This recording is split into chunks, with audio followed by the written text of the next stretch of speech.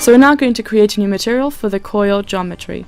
So this is going to be similar to what we've done previously. So if I hit tab and material and place this in my node graph, and if I merge this across and pop this in, so now we have both our materials. So if I hover over this and hit E, I can rename this metal underscore matte, and I'll add a surface shader and I'll create a DL metal material. Now before I jump into these parameters, I'm first going to assign my material to the geometry. And so instead of having multiple material signs following each other in the node graph, what I can do is stack them. So if I hit tab and group stack and place this over here, if I hover over it and hit E, then it'll say no type is set for the stack. So a type is referring to the type of node that it's stacking. So if I hit shift and middle mouse button drag my material sign onto this part of the parameters, then it'll set the type for my group stack to a material sign node. Now if I hit this plus symbol over here, it's going to create a new material sign node. And if I jump into my group stack, so I do control middle mouse button click over here, you can see what happens when you add a new material assign node into that.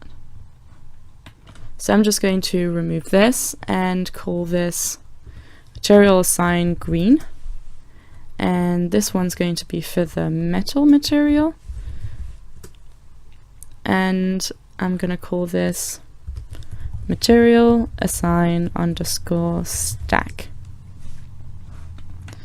Now I'm going to assign my material, my metal material. I'm going to middle mouse button drag this over to material sign, and then I'm going to middle mouse button drag my coil shape into the add statements.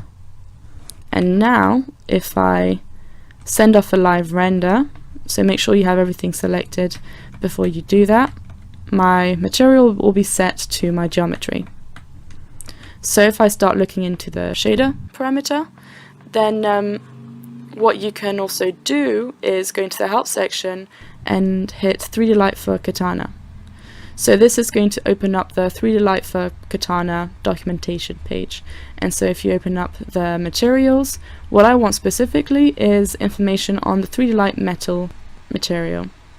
And here you can see the documentation for that particular shader.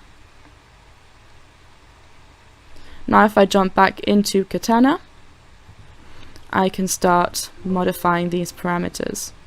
So I'm just going to go up to kind of a very light grey, and over here I'm going to set this, and I'm just going to increase the roughness a little bit.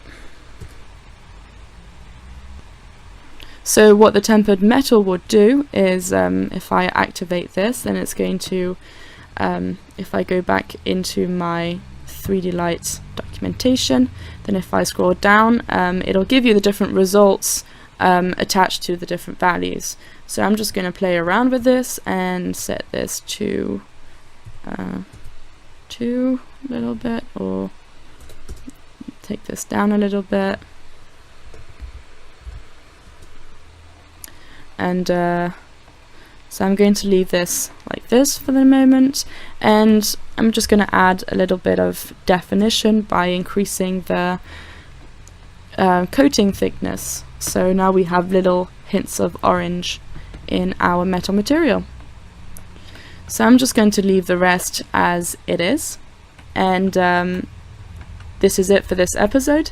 I'm next going to take a look into using network material workflows to assign textures onto shaders.